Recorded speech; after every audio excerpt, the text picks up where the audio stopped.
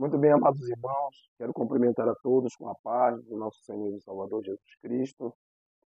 Desejar a todos, meus amados e queridos irmãos, um feliz 2025, seja um ano de muitas realizações, de muitas bênçãos, de muitas vitórias e de muito ensino da palavra de Deus. Seja bem-vindo ao nosso canal, cujo objetivo é levar a palavra de Deus e ensinamento da mensagem do Evangelho a toda criatura. Nós estamos nas nossas lições bíblicas, nosso primeiro trimestre de 2025, cujo tema é Em Defesa da Fé Cristã, combatendo as antigas heresias que se apresentam com nova aparência.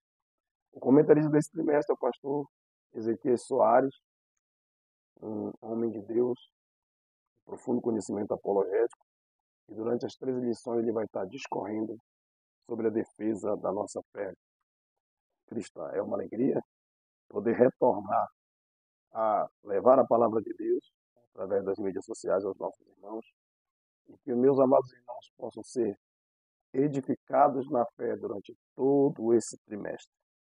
Nós vamos tratarmos hoje da nossa primeira lição bíblica, que traz como tema Quando as heresias ameaçam a unidade da igreja.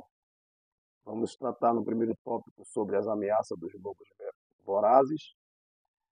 No segundo tópico falaremos sobre o que é apologética e no terceiro tópico concluiremos falando o que são heresias. O nosso texto áureo está encontrado em Judas, versículo de número 3, capítulo 1, versículo 3, que diz assim: Amados, procurando eu escrever-vos com toda a diligência acerca da comum salvação, tive por necessidade de escrever-vos e exortar-vos a batalhar pela fé, que uma vez foi dada aos santos. Judas, versículo 3. Verdade prática. Heresias são crenças e práticas contrárias ao pensamento bíblico, que distorcem os pontos principais da doutrina bíblica. Nossa leitura bíblica está encontrada no livro de Atos, capítulo 20, versículo 28 ao 31. Também temos uma segunda leitura no livro de 1 de Pedro, capítulo de número 3, versículo 15 e 16. E a terceira leitura que está encontrada no livro de 2 Pedro, capítulo 2, versículo 1 ao 3. Atos 20, 28 diz assim: Olhai, pois, por vós e por todo o rebanho sobre que o Espírito Santo vos constituiu bispos para apacentardes a igreja de Deus, que ele resgatou com seu próprio sangue. Porque eu sei isto, que depois da minha partida entrarão no meio de vós lobos cruéis, que não perdoarão o rebanho, e que dentre vós mesmos se levantarão homens que falarão coisas perversas para atraírem os discípulos após si. Portanto, vigiai, lembrando-vos de que durante 3 anos não cessei noite e dia de admoestar com lágrimas a cada um de vós. 1 de Pedro, capítulo 3, verso 15 diz: Antes santificai a Cristo como Senhor em vosso coração, e estáis sempre preparados para responder com mansidão e temor a qualquer que vos pedir a razão da esperança que há em vós, tendo uma boa consciência para que naquilo em que falam mal de vós, como de malfeitores, fiquem confundidos os que blasfemam do vosso bom procedimento em Cristo. 2 de Pedro, capítulo 2, verso 1 diz assim: E também houve entre o povo falsos profetas, como entre vós haverá também falsos doutores, que introduzirão encobertamente heresias de perdição, e negarão o Senhor que os resgatou, trazendo sobre si mesmos repentina perdição. E muitos seguirão as suas dissoluções, pelos quais será blasfemado o caminho da verdade. E por avareza farão de vós negócio com palavras fingidas, sobre os quais já de largo tempo não será tardia a sentença, e a sua perdição não dormita. Muito bem, meus amados, trataremos hoje quando as heresias, as seitas, os partidos, os aglomerados sectários, como eles ameaçam a unidade da igreja. Sabemos que a igreja é o corpo místico de Jesus, com seus membros em particular. sabemos que o Espírito Santo, ele promove nesse corpo a unidade. A unidade pela fé que há em Cristo Jesus. Nós estamos unidos com o poder do Espírito de Deus que nos une pela fé que ele derrama no nosso coração e o amor que ele derrama no coração de cada cristão, que nos leva a viver uma vida de unidade. Nós sabemos que o salmista declarou dizendo que ó quão bom e quão suave é que os irmãos vivam em união. Mas nós vemos aqui um texto, nós vemos aqui esta lição, que está tratando exatamente sobre essas ameaças que podem trazer ruptura na igreja, divisão na igreja. Isso não é saudável. Essa presente lição, ela mostra exatamente essa problemática, né, das heresias dentro da igreja, a origem, o propósito, de como elas nascem. E nós vemos o nosso primeiro tópico, a ameaça dos lobos vorazes. Nós temos nesse tópico 3 subtópicos. O primeiro ponto fala dos cuidados pastorais, o segundo ponto fala depois da minha partida, que é um texto que o apóstolo Paulo se refere em Atos 20, e também a origem dos falsos mestres. Muito bem, meus amados. Quando o apóstolo Paulo, ele, no capítulo 20 de Atos, ele vai chamar os bispos da cidade de Éfeso para ter uma conversa sobre as heresias, sobre as ameaças das heresias dentro da igreja. A gente percebe que ele está na sua terceira viagem missionária, que começa no capítulo de número 19 de Atos, e ao chegar na cidade de Éfeso, Paulo encontra 12 irmãos, prega o evangelho pentecostal, prega a palavra de Deus para aqueles irmãos. Deus os batiza com o Espírito Santo. E a Bíblia diz que por 3 meses eles passam a congregar. E a palavra de Deus diz que uma ala de judeus começam a ameaçar os ensinos de Paulo. E Paulo, percebendo aquela ameaça de ensinos distorcidos para com aqueles novos na fé, isso nos chama a atenção, porque Paulo, no capítulo 19, no versículo de número 8, a Bíblia diz desta maneira: e entrando na sinagoga, falou ousadamente por espaço de 3 meses, disputando e persuadindo acerca do reino de Deus. Verso 9. Mas como alguns deles se endurecessem e não obedecessem, falando mal do caminho perante a multidão, retirou-se. Note a palavra retirou-se. Retirou-se deles e separou. Note a palavra separou. Separou os discípulos.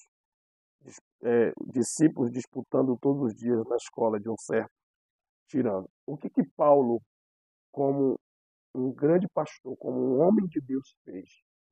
Paulo, ao perceber aquela ameaça, ele faz 2 coisas importantes. Ele se retira, porque aquilo é maligno, não é benéfico para o povo de Deus. Então ele sai. E ele saindo, ele traz consigo aqueles discípulos que ele estava instruindo na presença de Deus. E isto se chama cuidado pastoral. Na lição nós estamos vendo aqui cuidados pastorais. Exatamente é o que Paulo vai fazer como exemplo para a igreja de Éfeso.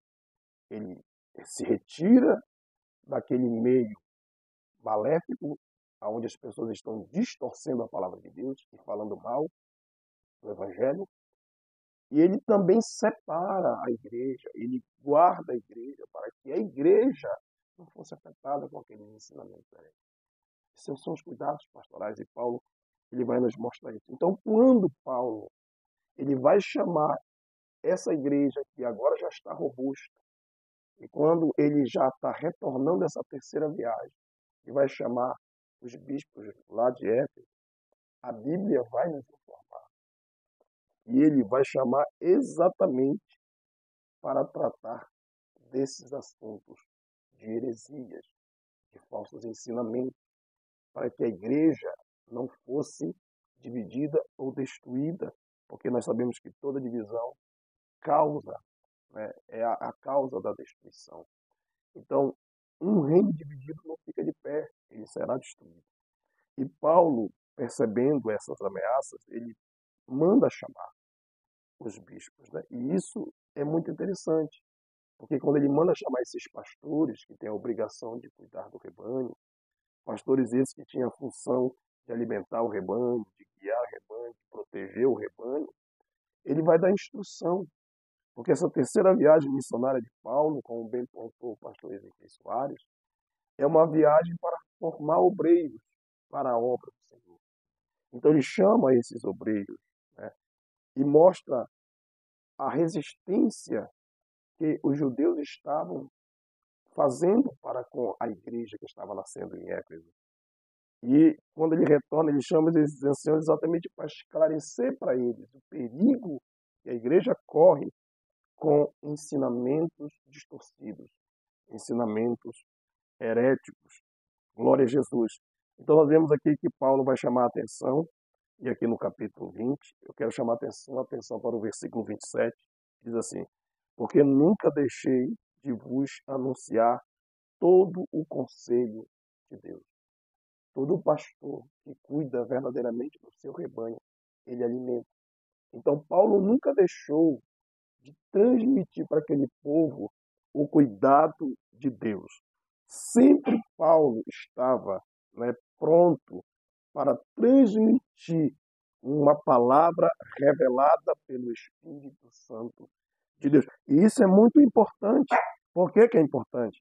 Porque nós vemos aqui este homem de Deus pregando, transmitindo e anunciando todo o conselho da palavra do Senhor para os nossos amados irmãos. E ele está transmitindo para os nossos irmãos, exatamente para os pastores de Éfeso, para que eles tivessem esse cuidado, estudar a Bíblia, de meditar na palavra, para ter o que alimentar o rebanho, para levar uma palavra consistente para o povo de Deus, para que o povo de Deus tivesse conhecimento, porque a Bíblia fala que por causa da falta de conhecimento, o povo acaba sendo destruído. Então Paulo não queria que o povo vivesse na ignorância, e o cuidado pastoral, ele precisa ser voltado para isso. Ele precisa ser voltado para levar o ensino da palavra de Deus ao rebanho, para que o rebanho não se torne um rebanho débil e, portanto, completamente, né, vulnerável aos ataques desses lobos vorazes. A origem e o propósito desses falsos mestres, ou lobos vorazes, como Paulo está colocando aqui, ou lobos cruéis em algumas outras traduções,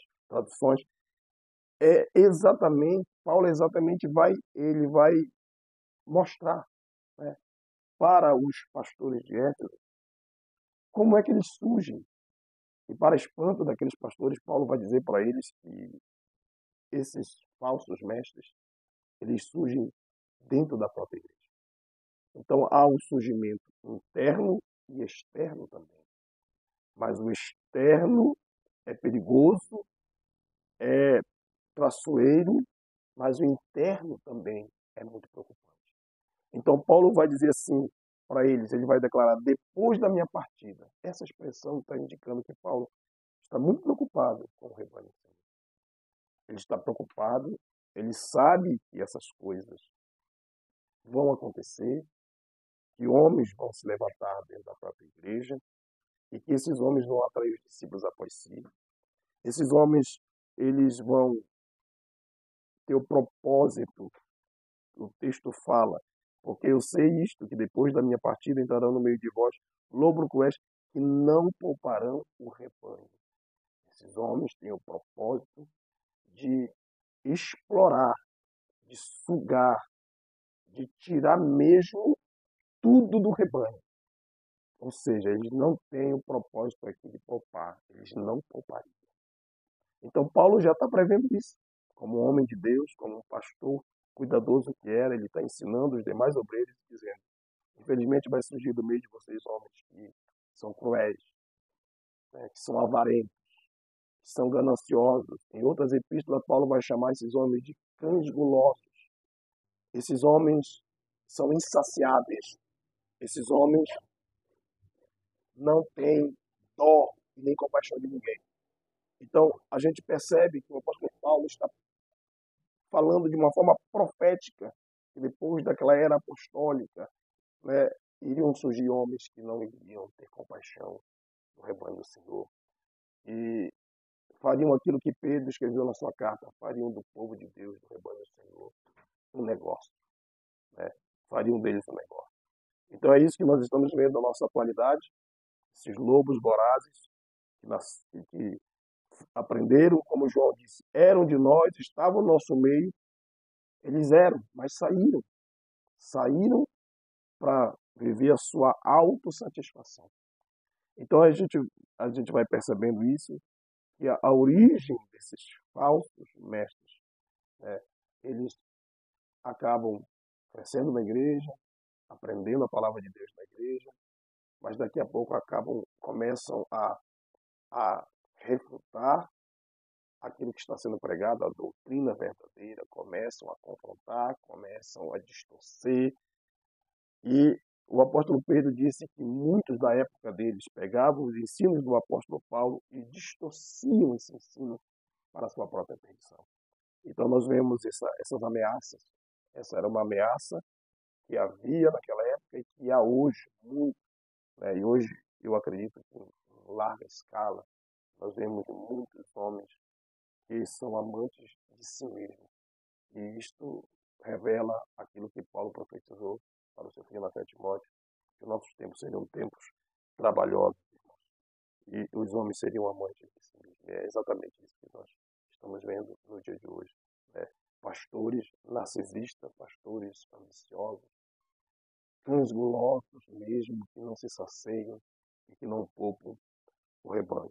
O nosso segundo tópico, segundo item, fala o que é apologética. A definição clara de apologética significa a defesa, né?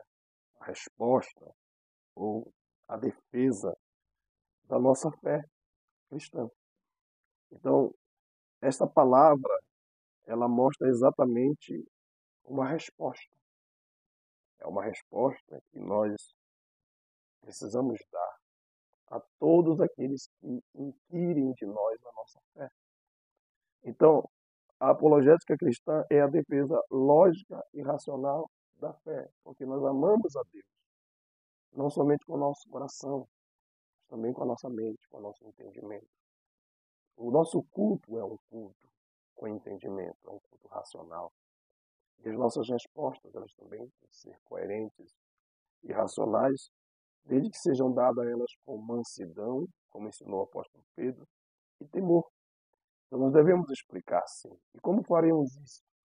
O texto sagrado explica, através de Pedro, aonde ele declara dizendo que nós devemos santificar a Cristo no nosso coração. Então nós devemos fazer isso, irmãos. Nós devemos santificar a Cristo dentro do nosso coração, para que nós possamos responder para cada um, né, quando formos inquiridos a respeito da nossa fé. Esse tópico ele tem a definição, né, a que defesa Pedro se refere e por que devemos combater as heresias.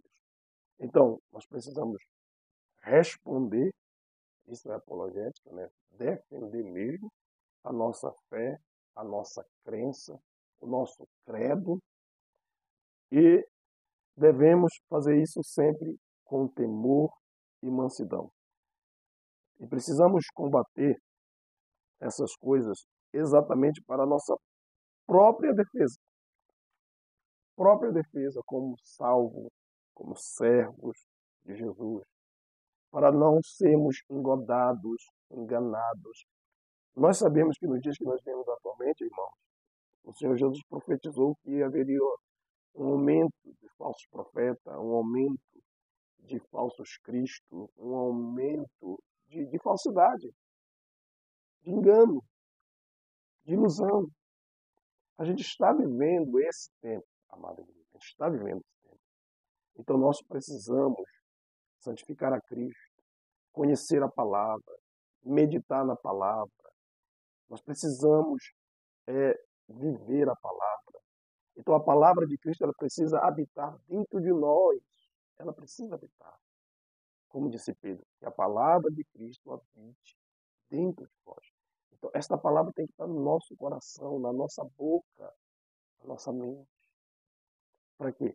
Exatamente para que nós venhamos nos defender do engano, da mentira, da falsidade. Então, o que é que nós percebemos aqui? Nós precisamos também combater as heresias para ajudar os nossos irmãos, né, a se fortalecer na fé. Há muitos novos convertidos e que acabam sendo alvo desses lobos vorazes, cruéis, que acabam sendo alvo dos cães gulosos. Então, nós precisamos aprender, conhecer a palavra de Deus, estudar e meditar para defender os nossos irmãos que ainda estão caminhando, dando seus primeiros passos, portanto, têm um conhecimento ainda muito raso das Escrituras. Nós vemos aqui que nós precisamos fazer isso. O apóstolo Paulo, o apóstolo Pedro, Judas, que tentava escrever a sua epístola, né, para falar sobre salvação, ele mudou o seu intento ao escrever, ao compilar o seu livro. Ele passou a revelar para nós o combate da fé, porque é um combate da fé. E nós precisamos guardar a nossa fé. Paulo disse que ele combateu o bom combate, completou a sua carreira, mas ele guardou a fé. E nós precisamos conhecer a palavra de Deus. Precisamos se alimentar da palavra de Deus. Precisamos deixar que a palavra habite dentro do nosso coração para nos preservar e para preservar a igreja do Senhor, os nossos irmãos. Paulo defendeu a igreja, né?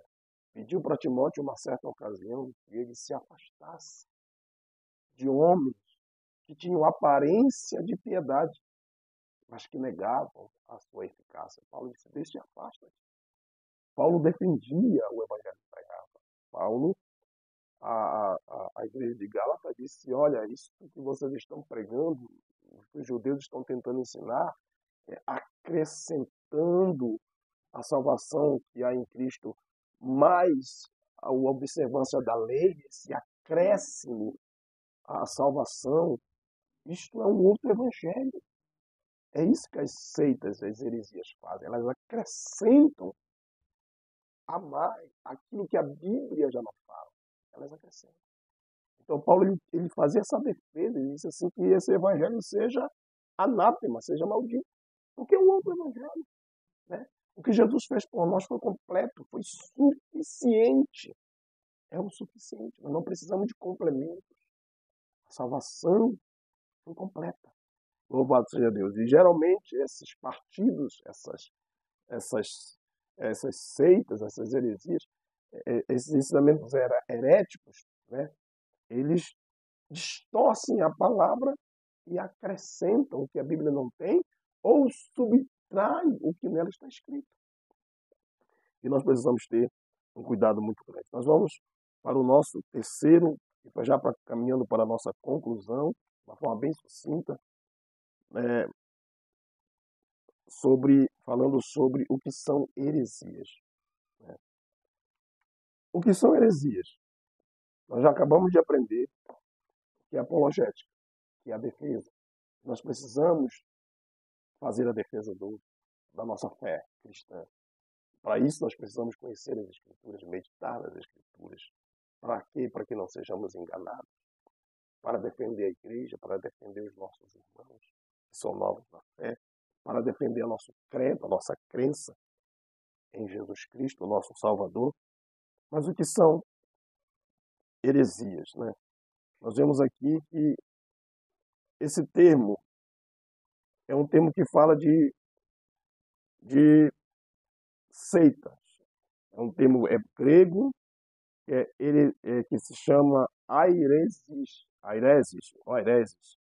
E esse termo quer dizer seita, quer dizer Heresia é uma palavra que vai no sentido de partido, que vai no sentido de secção ou de facção. Na igreja de Coríntio já estava vendo essas divisões, essas facções.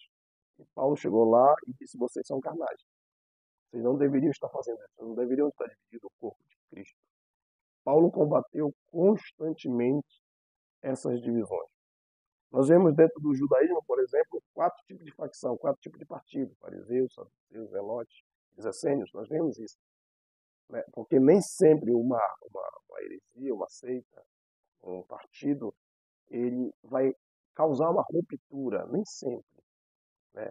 Uma boa parte ele causa ruptura total. Não, quem é herege, quem se levanta para realizar uma seita, para dividir o povo, geralmente ele traz uma grande ruptura. Mas nem sempre isso acontece. Às vezes, dentro de uma própria religião, existe esses partidos, como havia dentro do judaísmo. E essas heresias, essas distorções, né, que as pessoas fazem da doutrina bíblica ou de alguns pontos principais, como a doutrina de Deus, né, a divindade, a própria trindade, que é muito atacada. São esses pontos que causam esse erro doutrinário. São chamados de heresias. E a gente vê isso é muito grave, porque isso afeta a nossa salvação. A nossa salvação. Então nós vemos aqui que eles rejeitam, né, rejeitam completamente o ensino ortodoxo. Eles rejeitam a doutrina de Cristo. Existe um texto, meus amados irmãos, aqui no livro de 2 João, que eu quero compartilhar convosco para a conclusão sobre isso.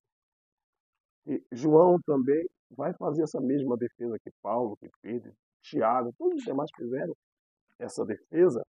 E João também não fica de fora. João ele vai lutar muito, tanto no seu evangelho como nas suas epístolas, contra o gnosticismo.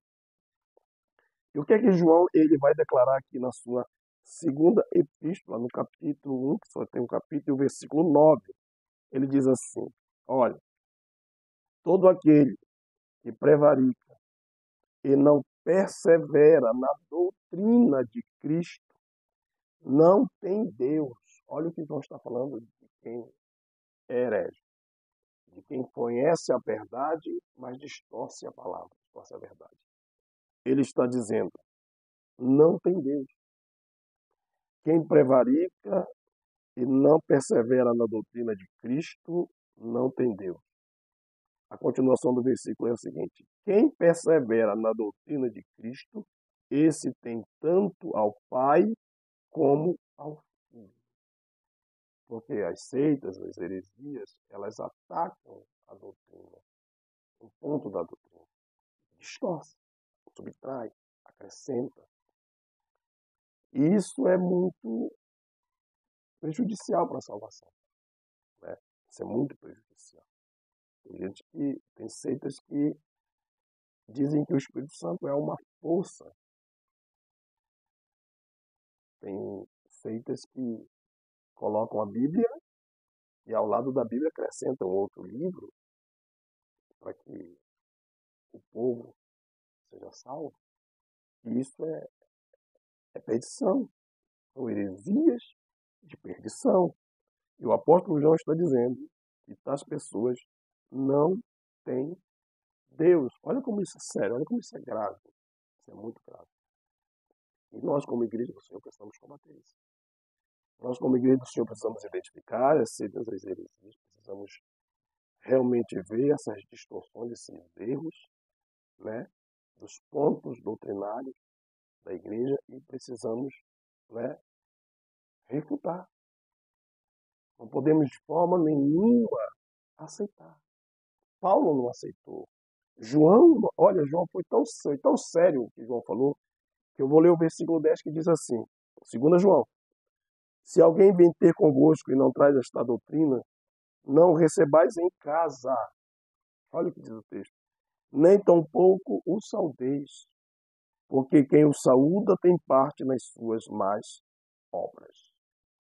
É exatamente isso, queridos irmãos, que o apóstolo João, o apóstolo do amor, ele está chamando a atenção da igreja. Está dizendo para ela, não saudeis, não tenha parte. Por quê? Porque esses tais, eles não têm Deus. Eles não têm Deus.